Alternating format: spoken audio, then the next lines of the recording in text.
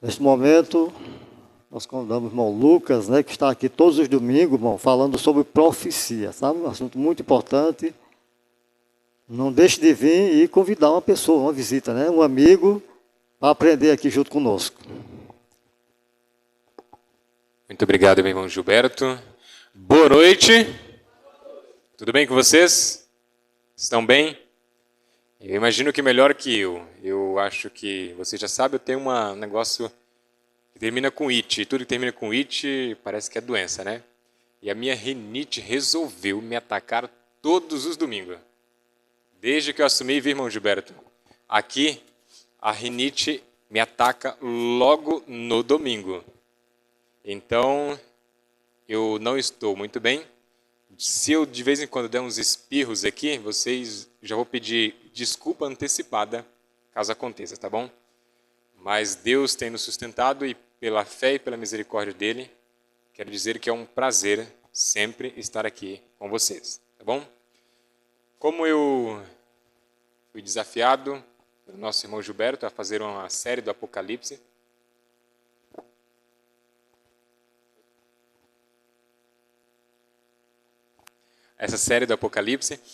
eu quis fazer algo um pouquinho mais completo do que geralmente os estudos tradicionais, tá? Então a gente está nessa parte introdutória do livro do Apocalipse, estamos gastando mais um tempo para que a gente compreenda um pouquinho mais sobre a essência desse livro e entender bem essa parte introdutória vai nos ajudar posteriormente a entender ali alguns significados do livro do Apocalipse. Portanto, nós estamos há 2 domingos, esse vai ser o 3º domingo que nós vamos estudar apenas o primeiro capítulo do livro do Apocalipse, tá bom? Então, hoje nós encerramos apenas o primeiro capítulo de 22. Eu vou ser mais objetivo nos outros, porque se for calcular 22 capítulos a cada 3, vai dar quantos aí? 66. Quantas semanas tem o ano? 52 semanas, mais ou menos, ou 53 por aí. Então, a gente vai gastar mais de um ano. Então, eu vou, nos próximos estudos, ser mais objetivo, tá bom? Porque senão, haja paciência comigo, né? Então, nos próximos estudos, nós seremos mais objetivos um pouquinho do que fomos nesses outros, na verdade, nesses 3 primeiros aqui. Então, para você que trouxe sua Bíblia, já corre lá no livro do Apocalipse, e a gente vai, algumas vezes, pelo menos uma vez, vamos em outro livro, mas mantenha sempre aberto no livro de Apocalipse. Nós vamos ler ali o capítulo 1 de Apocalipse, pelo menos por enquanto, tá bom? Apocalipse, capítulo 1.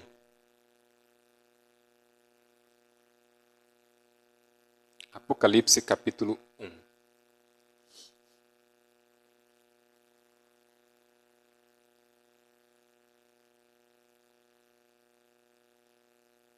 Amém?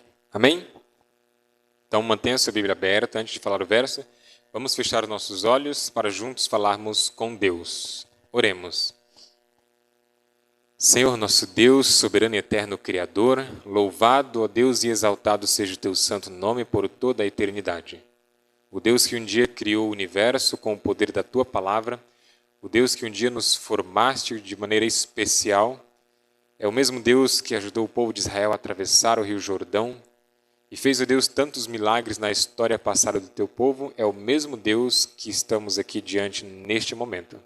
E queremos que o teu Santo Espírito possa se fazer presente aqui neste lugar, preencha todo o espaço do nosso coração, para que possamos nos concentrar no que o Senhor tem a nos revelar através da tua palavra nesta noite, e que cada mensagem possa causar em nós a transformação necessária para nos tornarmos semelhantes a ti. Pedimos isso e o fazemos em nome de Jesus. Amém. Apocalipse, capítulo 1, nós vamos ler a partir do verso 9.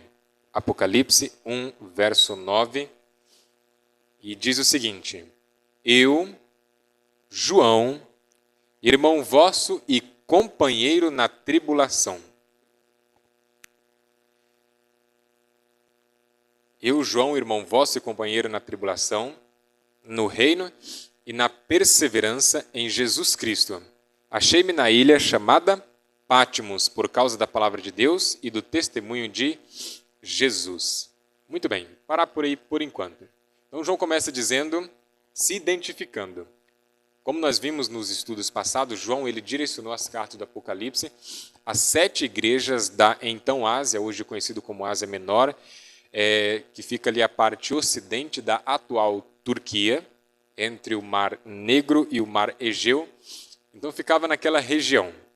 E essas cartas foram direcionadas para essa igreja. Nós vimos nos estudos passados que essas igrejas elas possuíam características naquele momento da história que reflete também a igreja em sua totalidade e também ela traz alguma referência em relação a todos os períodos que a igreja passou ao longo da história, desde o princípio até o último momento da igreja antes da volta de Cristo.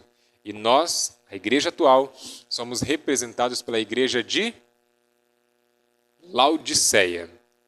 No próximo estudo entraremos no capítulo 2 de Apocalipse e vamos analisar algumas das características e vocês vão ver de forma detalhada que a história comprova que essas igrejas lá da Ásia, as 7 igrejas que nós vamos ler, elas têm características específicas e quando a gente lê aquelas características da igreja de Laodiceia, ao olharmos para a realidade da nossa igreja, nós vamos ver, de fato, João parecia escrever para a igreja do tempo atual. Então nós vamos ver isso no nosso próximo estudo, quando entrarmos no capítulo 2. Então João começa se identificando como companheiro. E ele diz que não é um companheiro qualquer, é um companheiro na tribulação. Então já dá para imaginar que João não sofria sozinho. Ele passava por algumas tribulações, algumas perseguições, que ele não era o único. Ele se identifica com aquelas pessoas das igrejas como companheiros de tribulação. Essas pessoas, assim como João, também passavam por suas tribulações e eram igualmente perseguidos por causa do testemunho de Jesus. Então, a primeira coisa que nós precisamos entender hoje, olha só, a primeira coisa que nós precisamos entender é que crente também sofre. Também sofre. Aquela teologia da prosperidade de que você entregar a sua vida a Deus vai acabar sofrimento? Se você der o teu carro, vai ganhar o carrinho velho, vai ganhar um novo, der uma casa, vai ganhar uma mansão, essa teologia não procede de Deus. Isso aí é de Satanás, tá bom? Então, não é porque eu entreguei a minha vida a Cristo que os sofrimentos acabaram. João não era um discípulo qualquer. João era o discípulo amado, aquele a quem Jesus tinha a maior afinidade. Sabe aquele irmão da igreja que você tem aquela afinidade, que você tira aquelas brincadeiras que você jamais tiraria com outro? Esse discípulo era assim com Jesus. Era o discípulo amado, era o parceiro mesmo. E ele passava por tribulações. E se João passava por tribulações, Acácio, quem dirá nós? Quem dirá nós? Quem sou eu para dizer, Senhor, eu não mereço passar por isso aqui. Eu não mereço. Quem sou eu para dizer isso aqui? Então, a primeira coisa que precisamos entender é que todos aqueles que decidiram viver ao lado de Cristo passarão por tribulações. Então, se você passa por uma tribulação, é motivo de alegria. Quer ver só? Deixa eu ver um texto aqui. Antes da gente prosseguir, abra sua Bíblia no livro de... Deixei anotado aqui. 2 Coríntios, capítulo 4. 2 Coríntios, capítulo 4. 2 Coríntios, capítulo 4.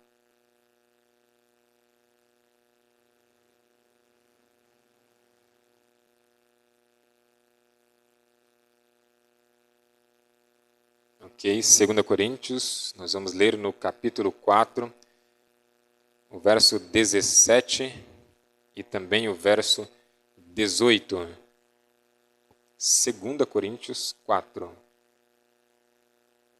o verso 17 e 18 diz assim: Por isso, não, o 17, porque a nossa leve e momentânea tribulação produz para nós eterno peso de glória, acima de toda comparação, não atentando nós nas coisas que se veem, mas nas que se não veem, porque as que se veem são temporais e as que se não veem são eternas. A tribulação, as dificuldades, as aflições, ela é um meio pela qual Deus nos prova também como seus filhos. Portanto, faz parte da vida do cristão passar por tribulações. Como que se percebe que um amigo de fato é um amigo? É nos tempos fáceis ou é nos tempos difíceis? Nos tempos difíceis. A maneira de Deus provar, não somente para Ele, porque Deus sabe se nós somos fiéis ou não, mas Ele precisa provar para todo o universo, inclusive para os anjos caídos e para o próprio Satanás, de que a nossa fidelidade é uma fidelidade incondicional. Assim como Jó, que era um homem íntegro, reto, temente a Deus e se desviava do mal, e ainda assim passou por tribulações, Deus precisa provar para Satanás que a nossa fidelidade ela é incondicional. Nós somos fiéis em tempos fáceis e em tempos difíceis. Então Deus às vezes permite que algumas situações venham para que ele possa olhar para Satanás e dizer: observaste meu servo Gilberto, homem íntegro, reto, temente a Deus e se desvia do mal? Observaste a Valéria, o Vanderlei, pessoas íntegras, retas, temente a Deus e que se desviam do mal? Então, as tribulações é a forma que Deus permite e usa para provar para o universo e para o próprio Satanás e todos os anjos caídos de que nós somos fiéis independente das circunstâncias pelas quais passamos. Mesmo que essa circunstância vai mexer no bolso, mesmo que essa circunstância vai dizer respeito à nossa vida profissional, aos nossos negócios, aos nossos relacionamentos, independente de qualquer situação. A nossa fidelidade a Deus deve estar acima de tudo. Por quê? Porque essa nossa leve e momentânea tribulação produz para nós um peso de glória que é eterno, eterno, não haverá fim. Sabe quando você conclui ter um projeto de vida e você, algo assim, às vezes é um projeto de vida, às vezes é algo que você sonha em fazer, quando você concretiza, não dá aquele alívio assim? Sabe aquele presente bom que você ganha, que você queria ganhar aquele presente, ou às vezes até algo que você queria comprar. Você queria comprar aquilo, e aí você diminui ali os seus custos, guarda dinheiro durante 1 ano, 2, 3, não sei. Aí quando você compra, é uma felicidade naquele dia, é assim ou não é? Eu sou ansioso. Quando eu compro um negócio pela internet, ao longo do dia, eu rastreio aquele negócio umas 10 vezes para ver se não movimentou. E quando está chegando perto do dia de entrega, que eu vejo que ele nem chegou em Cuiabá ainda, aí eu fico preocupado. Não vai chegar no dia. Não vai chegar no dia. E aí quando chega, menino, eu já corro lá na portaria, já pego, já abro e já vou conferir tudinho. Aí chega no fim do dia, pronto, acabou a graça. Acabou a graça. É assim com vocês também? Ou eu sou sozinho? Estou sozinho nessa não, né? Mas aqui diz que essa leve e momentânea tribulação, ela produz para nós um peso de glória eterna. Esse momento de alegria que nós vamos entrar na eternidade quando Jesus voltar, vai ser algo eterno. Não vai ter um momento da eternidade que a gente vai olhar e falar assim, o céu perdeu a graça, eu não quero ficar aqui mais não. Cada novo dia, isso vai aumentar, não vai diminuir. É para esse céu que eu quero ir. Vocês querem ir também? Digam amém, então. Opa, estou vendo que vocês querem ir também. Então vamos avançar, porque senão a gente não sai do verso 9. Voltando lá em Apocalipse, tá bom? Apocalipse capítulo 1, onde nós estávamos. Então eu, João, irmão vosso, companheiro na tribulação, no reino e na perseverança, em Jesus, achei-me na ilha chamada Patmos por causa da palavra de Deus e do testemunho de Jesus. Então João estava onde? Onde ele estava? Na ilha de Patmos. E o que é a ilha de Patmos? A ilha de Patmos, ela ficava a sudoeste da cidade de Éfeso, a 90 quilômetros da costa. Era uma ilha que tinha ali em torno de 15 quilômetros de largura e por 10 quilômetros. E era uma ilha rochosa, ainda é, na verdade, porque a ilha de Patmos ainda existe em nossos dias. E essa ilha, ela era uma colônia penal. Então ele não estava ali por acaso. Se alguém chega para mim e fala assim, ó, eu achei-me lá em Ariquemes, dá a entender que você não foi para lá. Dá a entender que alguma coisa te levou. É isso, não é? Então João fala assim, achei-me na ilha de Patmos, é porque ele foi levado para lá. E ele foi levado como prisioneiro para a ilha de Patmos, porque lá era uma colônia penal. E ninguém em sã consciência vai meter o braço para nadar 90 quilômetros. Se tiver alguém aqui que queira nadar 90 quilômetros, tá de parabéns. Ou não está em sã consciência. Mas era uma ilha, era uma forma que eles utilizavam naquele período de aprisionar as pessoas. E João estava nessa ilha de Patmos como prisioneiro. Ok? Então ele achou-se na ilha de Patmos como um prisioneiro. E por que ele estava lá como prisioneiro? Qual foi o motivo que o levou à prisão? O texto diz o quê? Por causa da palavra e do testemunho de Jesus. Não é que ele foi para lá para pregar, não, ele foi para lá porque antes ele havia testemunhado de Jesus e como consequência do árduo testemunho de João, ele foi levado para a ilha de Patmos como prisioneiro. E lá, na ilha de Patmos, como prisioneiro, João recebe então as visões do Apocalipse, ok? Deixa eu voltar aqui.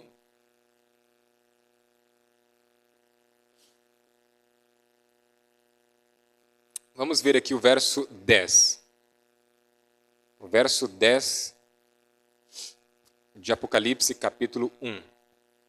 Diz assim: Achei-me em espírito no dia do Senhor, e ouvi por detrás de mim grande voz como de trombeta. Muito bem.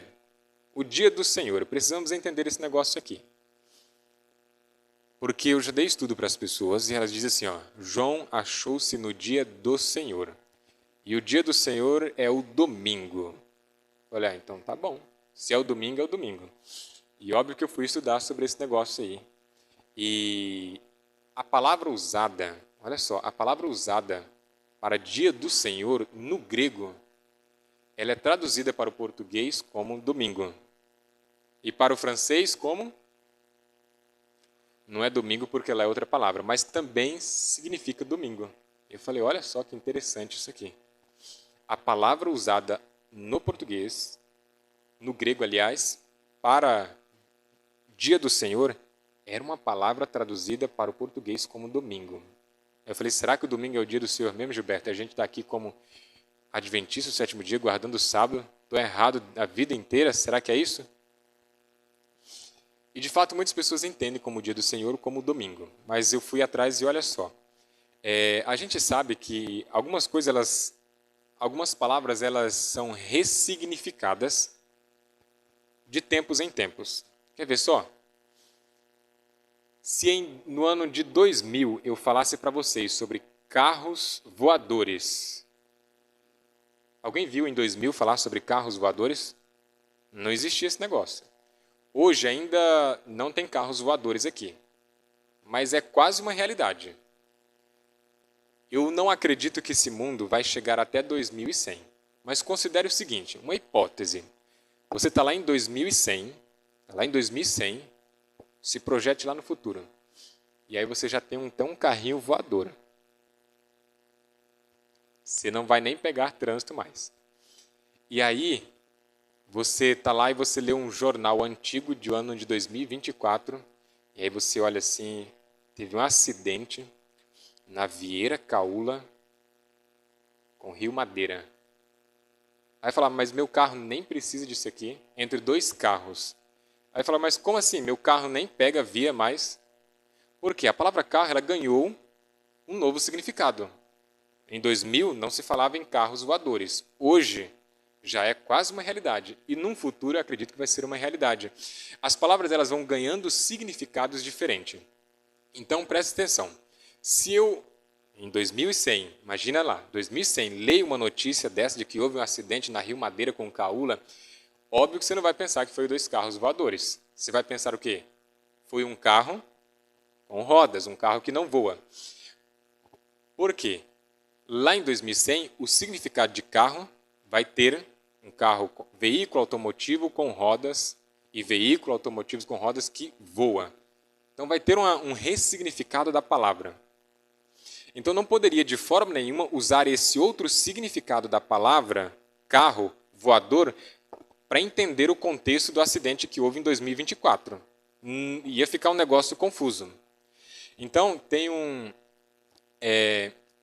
um método, um princípio que se chama-se método histórico para analisar o significado das palavras desse período. E esse princípio do método histórico, ele não usa, presta atenção, ele não usa um significado a partir daquele momento. Por exemplo, se a gente está em 2024 e a gente tem uma palavra como carro que hoje significa uma coisa, e se no futuro ela vai significar outra coisa, eu não posso lá no futuro usar em 2100, usar a expressão que ela se refere naquele momento. Eu preciso usar o significado que vem antes da data ou que foi algo contemporâneo. E aí eu fui ver que essa palavra, Dia do Senhor, traduzida para o domingo, ela foi usada de forma conclusiva apenas 75 anos depois que João escreveu o Dia do Senhor. Ok? Então, o Dia do Senhor, quando João escreveu na ilha de Patmos, não significava ainda domingo. Essa palavra só foi atribuída em torno de 75 anos depois que João usou essa expressão, e ela está presente num livro apócrifo. Quando eu falo de livro apócrifo, para aqueles que não sabem, são livros não inspirados, que eles não entraram no cânon bíblico. E existem vários livros, chega a ser centenas. Então, esses livros, eles têm um valor histórico. E esse livro é o livro de 2º São Pedro, se eu não me engano. E esse livro diz respeito ao Dia do Senhor como sendo o domingo. E isso só aconteceu 75 anos depois que João escreveu o Apocalipse. Então, não posso usar esse significado do futuro para aplicar esse significado a um termo que foi escrito no momento anterior. Ok?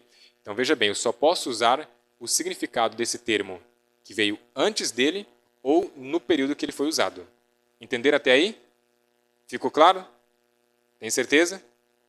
Então tá bom. Então vamos lá. Será que a Bíblia diz respeito ao Dia do Senhor antes de João escrever? Vamos voltar então lá no Gênesis. Deixe a tua Bíblia aberta em Apocalipse, tá bom? E vamos lá em Gênesis. Gênesis capítulo 2, nós vamos ler o verso 1. Gênesis 2, o verso que nós vamos ler é o verso 1. Perdão, o verso 2. Vamos ler o capítulo 2, verso 2, para ser mais breve aqui. E, havendo Deus terminado no dia 7º a sua obra que fizera, descansou nesse dia de toda a sua obra que tinha feito. E abençoou Deus o dia 7º e o santificou, porque nele descansou de toda a obra que, como Criador, fizera. Aí está o Dia do Senhor. Está ou não está? Não está. Aí só fala do sábado. Mas vamos avançar um pouquinho. Êxodo capítulo 20. Êxodo capítulo 20, o verso 8 ao 11. Êxodo capítulo 20. Ok? Diz assim, 20, verso 8. Lembra-te do dia de sábado para o santificar. 6 dias trabalharás e farás toda a tua obra. Mas o 7º dia é o quê? É o sábado do Senhor teu Deus. Então, o 7º dia é do Senhor teu Deus. Até por aí. Então, aqui a gente já vê o sábado sendo mencionado como dia do Senhor. Agora, vamos avançar mais um pouquinho em Isaías, tá bom? Isaías capítulo 58. Isaías capítulo 58. Vamos ver o que Isaías disse a respeito do dia do Senhor. Isaías capítulo 58, nós vamos ler o verso 13. E diz o seguinte, vamos lá, Isaías 58, verso 13. Se desviares o pé de profanar que dia?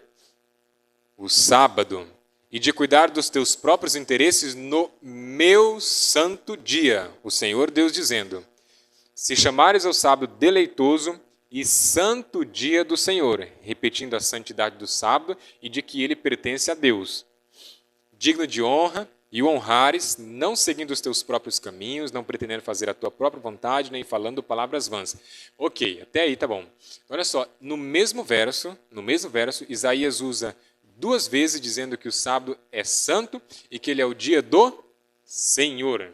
Então, Moisés escreveu lá do Êxodo, que era o dia do Senhor. Agora Isaías vem e diz que é o dia do Senhor. E Jesus? O que ele falou a respeito do sábado? Vamos lá em Marcos. Marcos capítulo 2.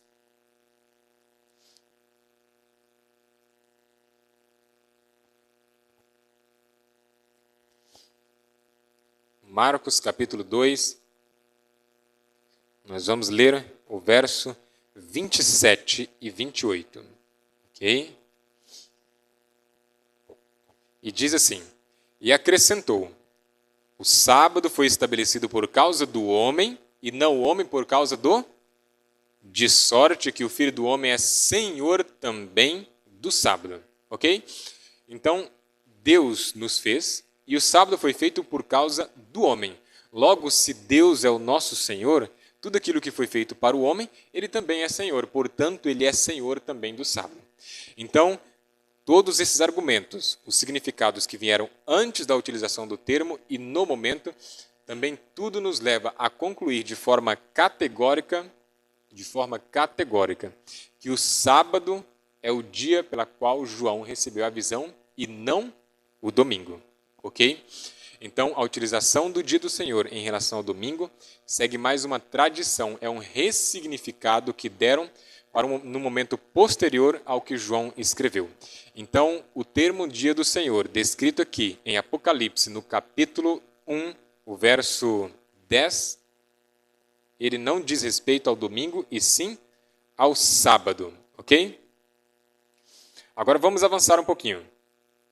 Achei-me em espírito, verso 10 de Apocalipse 1, deixe sempre aberto aí, tá? Achei-me em espírito no dia do Senhor e ouvi por detrás de mim grande voz como de trombeta, dizendo, o que vês, escreve em livro, manda às 7 igrejas, Éfeso, Esmirna, Pérgamo, Tiatira, Sardes, Filadélfia e Laodiceia. Aí João voltou-se para ver com quem falava com ele, e voltando, ele viu o quê? 7 candeeiros de ouro. Ok, parar por aí. 7 candeeiros de ouro. O que é um candeeiro? Quando eu falo candeeiro, o que vem à sua mente? Exato, de colocar a vela. No santuário usava-se o candelabro. É o candelabro que veio com as 7 lâmpadas? É isso que veio na sua cabeça? É? Pois é, na minha também vinha isso, quando eu pensava nesse texto. E eu achava um negócio intrigante. Eu falava ali, são 7 lâmpadas. O candeeiro tinha 7 lâmpadas, aqui tem... Como é que é? Como que o ser andava no meio dessas lâmpadas ali? Porque o texto diz bem claro. Olha só. O verso... Continuando no verso 13. O verso 12 diz assim, voltei-me para ver quem falava comigo, e voltado vi 7 candeeiros de ouro, e no meio dos candeeiros um semelhante a filho do homem com vestes talares e cingido à altura do peito com uma cinta de ouro. Então tinha alguém no meio dos candeeiros. Olha lá. Então o candeeiro de fato era uma luminária. Não tinha esse formato aqui, mas era algo bem parecido. Também utilizava o mesmo sistema. Não era tão moderno assim ainda, mas usava esse mesmo sistema de pavio que ia puxando o óleo na medida que o fogo ia queimando. Agora o candelabro, sim. Coloca lá candelabro para a gente, Acácio. O candelabro ficava no santuário e era aquele suporte que tinha as 7 lâmpadas, como vocês podem ver nas fotos, ok? Então a visão do Apocalipse eu também pensava, confesso para vocês que eu pensava nessa imagem, mas não é essa, é outra imagem. Eram 7 lâmpadas distintas e ali diz que o ser estava entre as lâmpadas, ok? Então não tinha como um ser ficar no meio dessas 7 lâmpadas aqui. Está entendendo? Então eram lâmpadas que tinham seus suportes e estavam espalhadas. Mais parecido com aquelas lâmpadas mágicas que a gente vê em desenho. Era algo mais rústico do que a gente vê aqui hoje, tá bom? Então eram 7 lâmpadas, não na mesma haste como do candelabro do santuário. Então essa ideia de que o ser caminhava entre as lâmpadas significa que o ser que estava ali no meio era quem? Era o próprio Jesus. Então significa a presença contínua de Deus. Ok? Nós vamos ler que essas 7 lâmpadas são referência às 7 igrejas. Está lá no verso 20, que a gente vai ler daqui um pouquinho.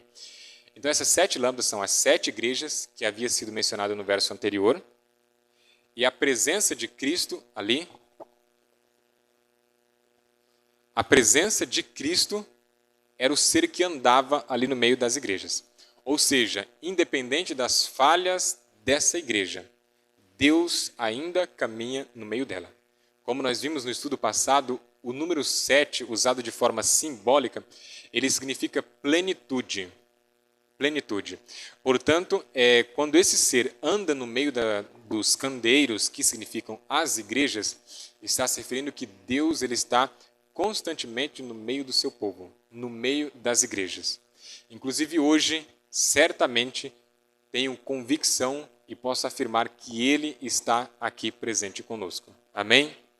Então, queridos, a presença de Deus, Ele jamais desamparou qualquer um dos seus filhos. As últimas palavras dele quando esteve aqui foi: eis que estou convosco todos os dias até a consumação dos séculos. Então, a presença de Deus, ela é permanente. Vamos avançar. O verso 14 diz assim: a sua cabeça e cabelos eram brancos como a alva lã, como neve, os olhos como chamas de fogo, os pés semelhante ao bronze polido, como que refinado numa fornalha, a voz como voz de muitas águas. Ok, vamos parar por aí. João, ele viu uma visão que ele não tinha palavras para descrever aquilo que ele viu. Então ele vê vários simbolismos no Apocalipse que não tem uma palavra específica para ele dizer: é aquilo dali. Quando a gente avançar um pouquinho ao longo do nosso estudo do Apocalipse, quando chegarmos ali naquela visão do animal terrível e espantoso, muitas pessoas descrevem ali um dragão, algumas vezes. Não necessariamente era um dragão, mas era um simbolismo que João usava da realidade para tentar expressar algo que era próximo daquilo que eles usavam na realidade. Está entendendo? Era algo diferente de tudo que havia visto. Então ele tentava sempre assemelhar alguma coisa da realidade para que as pessoas tivessem uma noção mais ou menos aproximada. Então ele vê a imagem de Jesus e ele começa a descrever mais ou menos o que era. Então toda essa descrição é algo bem próximo, algo que nos aproximaria da ideia de como era a presença de Deus. Então João fala que os seus cabelos eram branco como a lã e como a neve, Então é uma descrição da presença de Deus. Tem gente que quer pintar o cabelo quando fica velho. Olha só. Então, essa é uma descrição aproximada da beleza, e não somente da beleza, mas do esplendor, da glória divina. Como que foi para João quando ele olhou para Jesus. Agora vamos avançar um pouquinho. O verso 16. Tinha na mão direita 7 estrelas, e da boca lhe saía-lhe uma afiada espada de 2 gumes. O seu rosto brilhava como o sol na sua força. Ok, vamos parar mais um pouquinho para a gente entender. Então ele fala aqui que da sua boca saía o quê? Uma espada afiada de 2 gumes. Era uma referência ao poder controlador que Deus tem sobre o universo. O poder de juiz que ele tem de controlar e executar o juízo sobre todos. E também significa um poder devorador. Antigamente as pessoas tinham suas espadas. E nessas espadas que eles tinham, eles colocavam o cabo desenhado como que se a espada estivesse saindo da boca de um animal. Então essa referência que João faz também remete a essa espada de 2 gumes, que serviam também para exemplificar ali a autoridade divina. Ok? Agora vamos continuar comigo. O verso 17. Quando o vi, caí aos seus pés como morto. Porém ele pôs sobre minha mão direita, dizendo: não temas, eu sou o primeiro e o último. Vamos parar por aí só um pouquinho. Esse mesmo sintoma que João percebeu de fraqueza, Daniel também percebeu quando ele recebeu as visões. Então o que acontece? Sempre que alguém recebe uma visão, isso aconteceu também com Ellen White, quando recebia uma visão, o que acontecia? O poder, a força física natural do homem, ela acaba. Deus só é capaz de usar alguém de forma plena quando a gente reconhece que a nossa força não é nada. Deus não pode usar alguém que se acha autossuficiente. Deus, ele só pode usar alguém de forma plena quando nós entendemos que nós não somos nada. Então, assim como foi com Daniel, Deus vem e a primeira reação de João foi perder totalmente a força. Deus então coloca sobre João a sua mão e ele recebe então a força sobrenatural. Porque para estar na presença de Deus, para olhar para Jesus, como João olhou e contemplou e descreveu algo mais ou menos aproximado, era necessário a gente entender que nós, diante do Rei do Universo, do governante do mundo, que tem o poder em suas mãos para destruir a quem quer e salvar a quem Ele quer,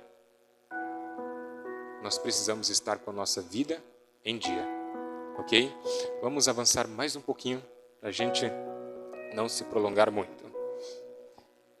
Ele disse o seguinte: não temas, eu sou o primeiro e o último, aquele que vive, aquele que vive. Estive morto, mas eis que estou vivo pelos séculos dos séculos, e tenho as chaves da morte e do inferno.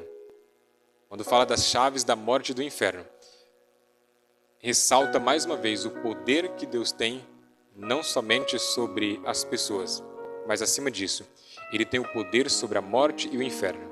O inferno aqui, a palavra grega traduzida não significa um lugar que arde em chamas eternamente. É traduzido simplesmente como sepultura. Sepultura. Então Deus, ele tem as chaves da morte e também da sepultura. Um dia, por ocasião da volta de Cristo, quando a ordem sair do céu para Jesus voltar a essa terra, ele virá. E lá em 1 Tessalonicenses 4, 16, 17 diz que os mortos em Cristo ressuscitarão. Aqueles que aceitaram a Cristo como seu Salvador vão ressuscitar. Por quê? Porque Jesus tem a chave da morte e também da sepultura. É Ele com o seu poder que vai abrir cada sepultura daqueles que aceitaram a Cristo como seu Salvador. No verso 19, ele reforça o que disse no verso 11: escreve, pois, as coisas que vistes, as que são e as que hão de acontecer depois dessas. O verso 20 diz assim: quanto ao mistério das 7 estrelas que viste na minha mão direita e aos 7 candeeiros de ouro, as 7 estrelas são o quê? Os anjos das 7 igrejas. E os 7 candeeiros são as 7 igrejas, ok?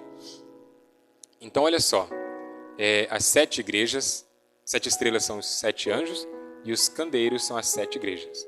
Então, o ser, Jesus, circulava pelo meio da sua igreja. E esses anjos do verso 20, simbolizado pelas 7 estrelas, foi mais algo que eu aprendi estudando, sendo desafiado pelo nosso irmão Gilberto. A gente sabe que anjos, quando a gente pensa em anjos, a gente pensa de um ser celestial. Mas a palavra traduzida como anjo, ela significa mensageiro. Mensageiro. E mensageiro não necessariamente se refere a anjos. Ele pode se referir tanto a mensageiros humanos, como a mensageiro celestial, a um anjo de fato.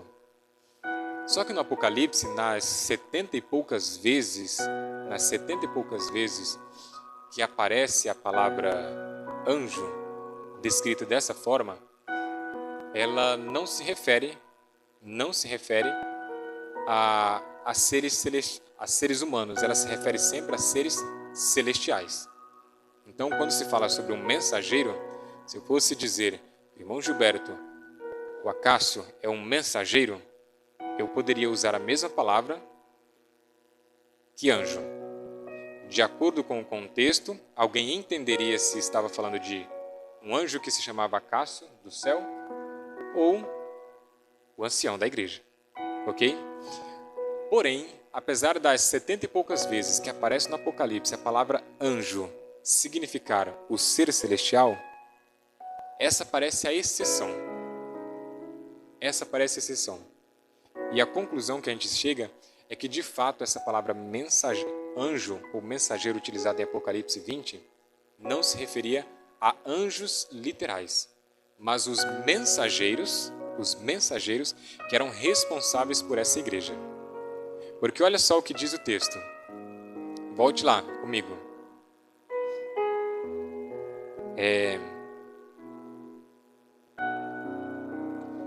Quanto ao mistério das 7 estrelas que viste na minha mão direita e aos 7 candeeiros de ouro, as 7 estrelas são os 7 anjos das 7 igrejas e os 7 candeeiros.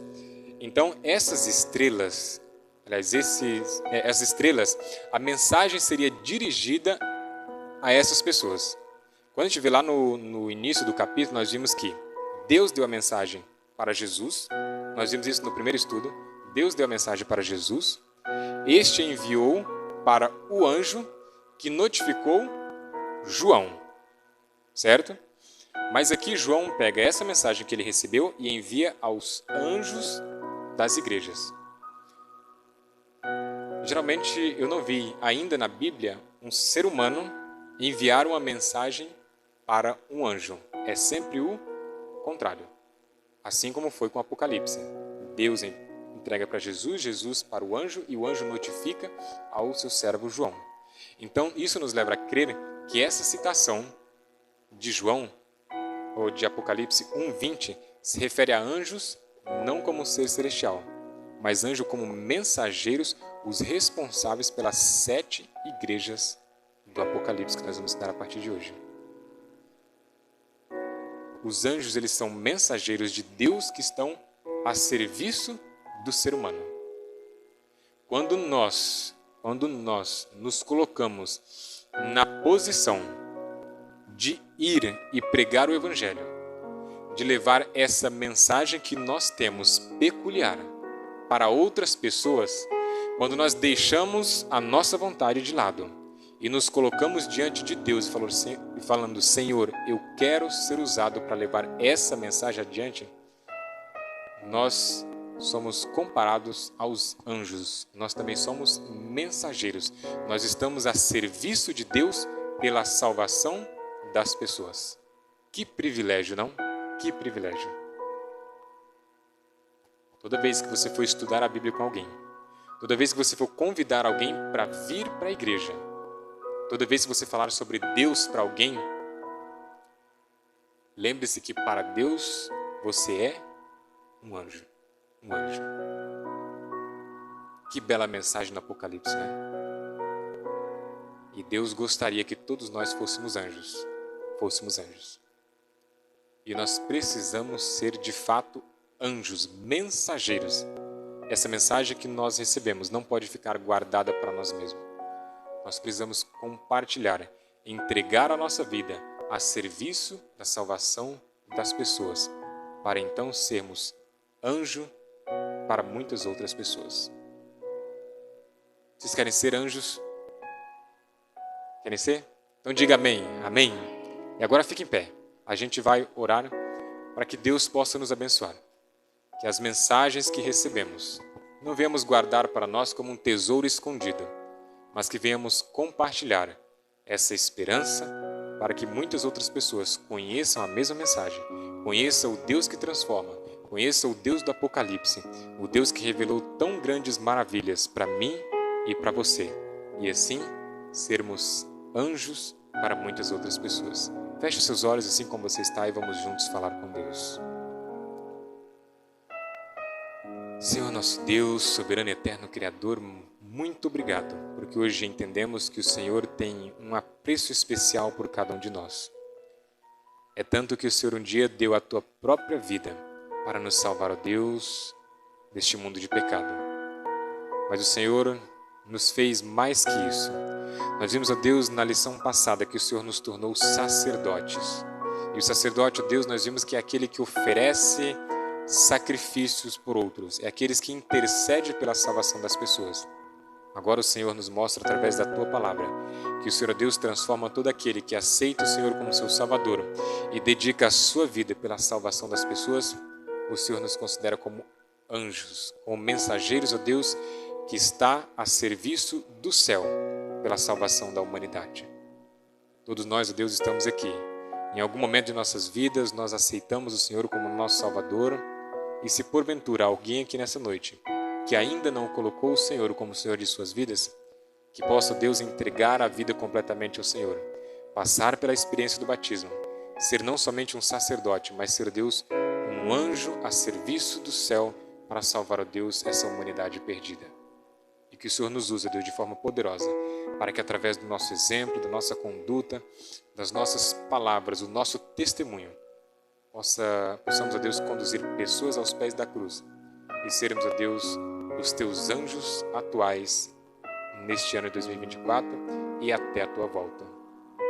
Guarda-nos para o teu reino, transforma a nossa vida e nos ajude sempre a priorizar a cada dia a tua palavra e viver sempre os princípios acima de qualquer outra coisa na humanidade. Mais uma vez peço a tua bênção ao retornar para os nossos lares, que o Senhor nos acompanhe, leva-nos em paz e segurança e possamos, ó Deus, guardar essa mensagem no nosso coração e que ela possa transformar-nos cada dia em pessoas melhores. Em nome de Jesus te pedimos. Amém, Senhor. Amém. Obrigado pela presença de cada um de vocês. Se Deus permitir, no próximo domingo estarei aqui novamente. Todos são convidados, tá bom?